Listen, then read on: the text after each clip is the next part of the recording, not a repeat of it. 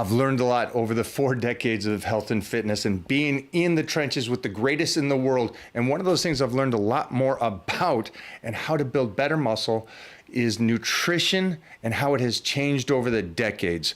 And that's why I have the Titan meal plan for you guys out there that are confused about nutrition.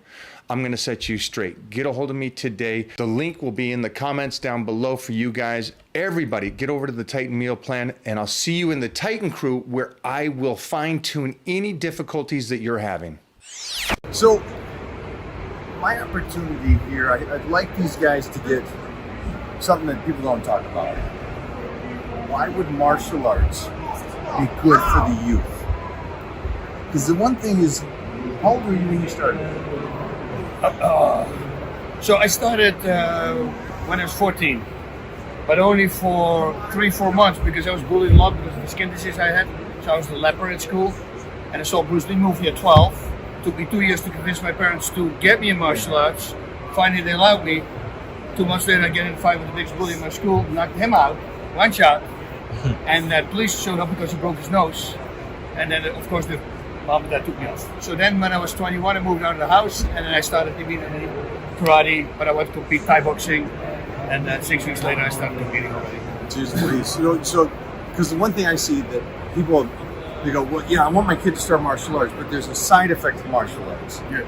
There's the self-confidence, the discipline, the little things they miss. It's like in bodybuilding, fitness, I just want to be muscular. Yes. Well, what's the side effect? Yeah. Like, there's some cool things like connective tissue that's strong. That way you could be an actual athlete.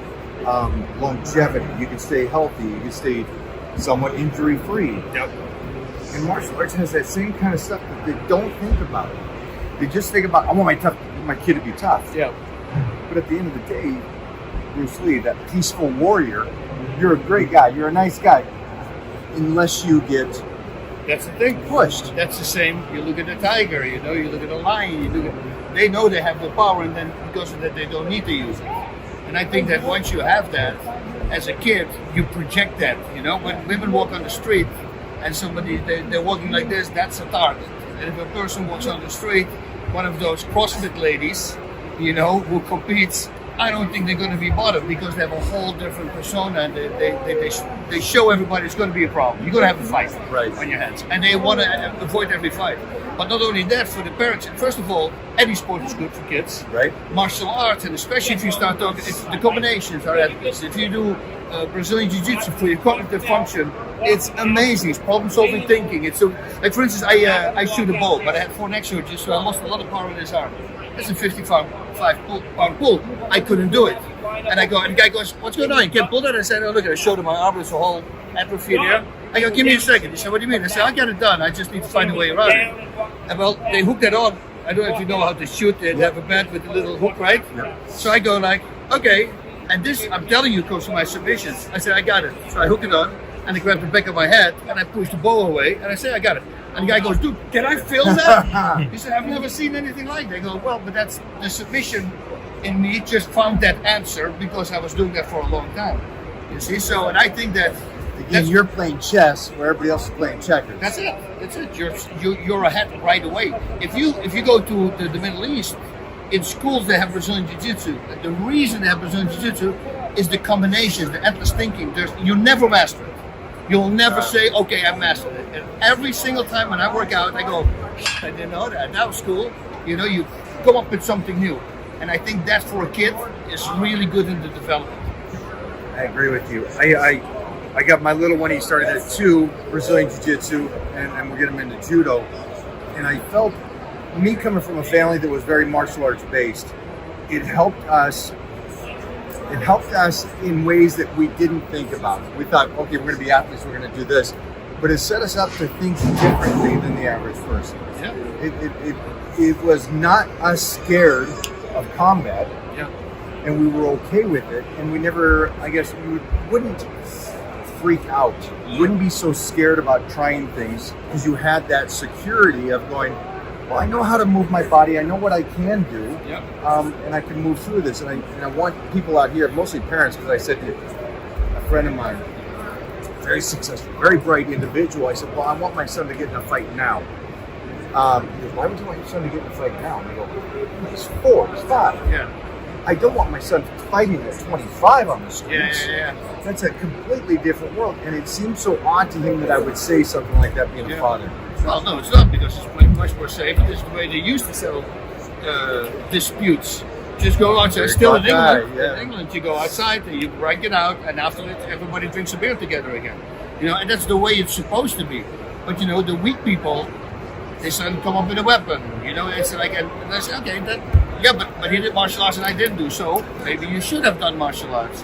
It was always good to have a skill and don't need it, and to need a skill and don't have it. Right? I don't know who said it. I don't know if it was Bruce Lee or not, but is that where it was? It was True like Romance with a gun. He says, I found out these days, Christian Slater says, one of my favorite movies. He says, it's better to have a gun and don't need it than to need a gun and don't have it. So I just transformed that into a skill, you know, and it's better to have the skill and knowing that you have it and don't need it.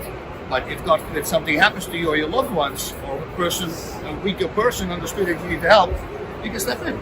I love that aspect, and what I noticed, we have a lot of fighters in here. There's a lot of guys that can handle themselves, and they're soft-spoken. Yeah. They carry themselves very relaxed, very. The reason why I say that is because most of my time is spent in these expos with the bodybuilders. Mm-hmm. The stiffness, the trying to be a badass and stuff like that. And I'm like, guys, relax. It's easy, man. They have to do it with talking, right? A lot of these guys, Here the talking happens here. See, that's the cool thing about this is that these guys can relax and you can go through life a little bit more calm and relaxed because you've dealt with stuff in a facility to the most extreme level. Yeah. You've been in the dojos. You purposely try to create the most toxic, violent thing. Yep. So outside is so much easier. Yep. Or when you're in the match, whatever it is. It's I think that's the coolest thing for me to be around. It's like when I'm interviewing for every person, like in Japan, when you're on the subway, you have 80-year-old people coming up because they know you're a fighter, they watch fighting. And everybody's always amazed that fighters are so much easy to approach. It's so funny because nobody, in the beginning, nobody wants to dispute with me because they think I'm going to beat them up. I go, you think how I settle scores? You know, if I don't win an argument, I beat you up. So this is not how we work, you know. We don't get paid, we don't do anything, trust me. But those people understand that. And then every single person who meets fighters, they will say the same thing you say. They're so gentle, they're so nice and relaxed. We have this guy here, Spider-Man, Masabo. Has 304 wins in the boxing matches from Cuba. He's the softest spoken guy. Dude, they just showed some highlights. He's the most violent person ever. You know? And then you go like, how can that? You know, it's Chris Cyborg, the lady. She's very nice. She talks like this. You see her fight. I don't want to fight her, right? I mean, she's an animal. I think she's more jacked than I am. Oh yeah. But that's the thing. That's again what we're talking about. And I think for parents, it's really good to have the kids in there. Get them away from the stupid video games and do all that stuff because nobody's working outside anymore with COVID, right? The people who really passed away from COVID, that if you look at the percentage that were unhealthy, that was 95% of the people who passed away. All the healthy people, it was very rare that something happened. You say, yeah, but it's so hard. Make time. Say, I don't have the time. Can I see your phone? Oh, yesterday you had 8 hours screen time. Can you get 45 minutes from that? That's the only thing you need, 45 minutes. When I work out, they're hard workouts, but it's only 45 minutes. And that's it. You do it the first thing in the morning. I walk the dog, I do my prayers, do my meditation, walk the dog, jump in the cold plunge, do my breathing exercises, and then I work out. So, and then it's 8 o'clock. I did everything already. You're good. You see? And then sometimes, if it's 8, I could be in daily mass already. You see, so everything's before. Normally, when I wake up at 8:30, now I had a whole morning at 3.5 hours for myself and the Lord, and just to get myself, you know, in the mindset that I want to be that day. If you are confused about training, do not worry. That's what the Titan training plan is for. For you guys to subscribe to this plan, you also get the additional coaching from me in the Titan private group. Get in there today, and I cannot wait to start working with you and making your dreams come true. Let's get back to the show. With moving, and you've been doing this for a while, and you've been in battles, and with anybody, I try to talk about connective tissue and longevity. And the one thing that we were just talking about over here was you're feeling great You're always looking and learning about new things so you can minimize. We're battle tested. We've got injuries and owies that we wake up with, and so it is a continuous trying to get through life as injury free and also as pain free as we possibly can, without going too far. And that's the one main thing is you never want to go too far, because then that's the thing. Like a lot of people now, like in the early days, we're wired different because we're athletes, right? So the doctor says, so you can't do anything for a month. In 2 weeks, I'm training again, right? And I'm telling my students, if he says 1 month, take 2 months. And the reason I'm saying that is because I denied all that, and I didn't do that. And boy, once you get old, all these things that you did wrong, they will come back with a vengeance, and then you're constant pain. It's like I just told you, everything hurts. Like my hands are messed up, and I can't squeeze buttons. I sometimes use 2 hands, and I'm taking this new freaking pill, hyaluronic acid, that somebody said to me, only from this brand take it. So now I'm Googling the crap out of it because I took a pill and I'm pain free. And I go, there's no way, there's got to be something bad in this thing. So I'm hoping I'm wrong. But if that is not, I just found for me the holy grail. For you. Yeah. So you kept searching for it, and that's one of the biggest things. And I agree with you. And I wish they would understand it. We always talk about you have to train smart. Yeah. And I know when we're young, that's easier said than done. Yeah. If I can train, if he trains 2 hours, I'm training 3. Yep. If he's doing this, I don't stop till they stop. Yep. So, and that stuff comes back to hit you because everybody's not made the same. Yep. And some guys can train that 6-7 hours. Yep. Where other guys can't. Yep. And I keep trying to teach those youngsters, yes, go to the gym, go be a badass.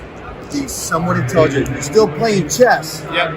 Because time and mileage is mileage regardless. Yep. By the time you're 40, 50, 60, that stuff adds up. It will, and especially also with you guys, bodybuilding, people have little micro tears, all these little things. It's not adding up, And you did warm up. I mean, you really need to warm up now compared to in the early days. You didn't. You just walk in, you don't even stretch. You start kicking, and you do the whole thing. Now I stretch every day. I do a rosary every day. So that time, which is 15 minutes, depending on what language you do it, I stretch. So I already every day I stretch for at least like 20 minutes. You see, so that keeps you limber. That's also good for my knees because it takes the pressure off the tendons, and so you just have to be smarter. And still, if I have to kick you now, some people go like this. You kick him in the head, they go, I feel that I've been stretching for years now. Every day, 15, 20 minutes. So you just need to develop a habit and to stay with the habit, especially if the habit is good. Like people don't have no clue. Like I eat, I just switched to carnivore. But before that, I eat 2.5 pounds of sweet potatoes. That's my breakfast. I don't take anything else, only that. Just water, no salt. Okay, all right. So I burn like a freaking maniac. They did a DNA test on me. They say you're one of the 3% of the population. He says, what amount do you eat? I go, you have no idea. I eat 10, 12 slices of bread before I go to bed. And otherwise I will wake up and I eat. Right. You got to get that meal in before you bed. Yeah. Okay, that's just a side note for you guys. If you want to sleep through the night, get some good starchy carbs before you go to bed. You said something earlier, and I agree with it wholeheartedly. I used to be able to walk in the gym, and I'd warm up for a minute, and train for an hour. Yeah. And now I walk into the gym and I warm up for an hour and I train for a minute. Yeah. It really does reverse. And I go back to the beginning is mileage is mileage. Be smart about this as best you can. And I know it's easy for us to say. Yep. And it's hard for you guys to take that, but just be smart with your training, martial arts, with anything, the running on the ground, it's all that stuff. Be smart about it. Don't go crazy. Get precise. Be at the end of the day is be smarter, don't train harder. Be smarter, don't train harder. Check yourself the whole time. You guys film yourself. I always used to film myself. You learn a new technique. While you're doing it on the back, film yourself. Because in our minds, we always think we're perfect. Yeah. And you watch the tape and you realize you're not perfect. And every little tiny thing could be wrong. I'm kicking a bag. If I kick a bag as hard as I can, and I kick it at a little upward angle, well, my shin, after the lower leg does a little tiny bit this. And that's okay for 100 workouts. But 1,000 workouts, that little tiny movement is going to do something. If you didn't film yourself, so if you don't open your hips and you kick like this a little upwards, then you have that movement. So if I open up my hips, I can go directly to the target. I will never have that problem. And that's why I film myself, to make sure I don't make those little tiny mistakes, because eventually they start adding up, and then life is not funny. Minute. If you guys heard that, minute. It's the smallest little thing, but it changes tremendously because of the time and everything. A drop of water on the stone, right? You know, it doesn't do anything. You let them do that for a year, watch, there's a hole in the stone. That's a drop of water. So you can only imagine movement. Drop of knowledge. So we'll finish this off. We are at Karate Combat. We're in Vegas. I'm excited about Anthony Henderson. Wow, this is badass. It's so badass because 13 years to the day, almost, we on the 15th and on the 16th, 13 years ago, was when he did the Showtime kick off the cage, and now he's got the walls to do it. And like he already said in the interview, he said, I feel like Karate Combat's kind of made for me because he can use all these things. Raymond Daniels was already using the crazy pit. You know, you can get locked up in the corner, you just walk out, and then you're out again. And he did that with an opponent. He put your arm down the corner, walk to the other side, and they start hitting him from the north-south position. So you see, those are the smart guys who use this. We see another guy grabbing somebody, lifts him up, runs up the wall to get more height, and drops them on the ground. You see, so people starting to get creative. People start making the pit in the gym. So now they start working with it. See, so those are the smart guys. I love that because you know Tanawai. So when we were on a Gladiators, it was so fun because we got to do games like this in a sense. We got to do some wild stuff. And he and I's background was Judo. And it was great to see these football players come in and go, oh, we're going to knock this big boy around. Not knowing that we had that Judo background. Yeah. And to watch him do his stuff and us to work with each other, it's so cool to be able to do something like this. But this pit reminds me of the movies like Best of the Best, the old 80 movies, that fun martial arts kind of style again. That's it. And the way they film it, you know, you see the way they film it, they're behind the audience, you see somebody watching and behind the camera. It's like really, it's like video. It really is. It's like Tekken or Street Fighter, you know, and then with the sound effects, it turns dark when the end of the round comes. You know, special effects, the things that we did with the crazy, the background, you know, in the past, we go back in time, we go to the future, we go to Okinawa, when karate got discovered, there we interviewed the the originator of karate, you know, so bring a little bit of a history lesson from karate to it by going back in time. So this is the fun things that you can do if you have a lot of craziness in the studio. Today, this is not going to happen here, I already see. But the fighters will speak for itself. I love it. Man, thanks for taking time. You're very welcome, brother. And if you want to see, massive. we got Manson Brothers. Oh yeah. Have you watched the whole? Oh yeah, of course. Yeah. Okay. All right. Guys, go watch Manson Brothers. It's a fun movie. Yeah. I'm a zombie and I'm killing people. So watch out. This foam out of my mouth. Get a lot of fun in that thing. Yeah. That's it. Oh.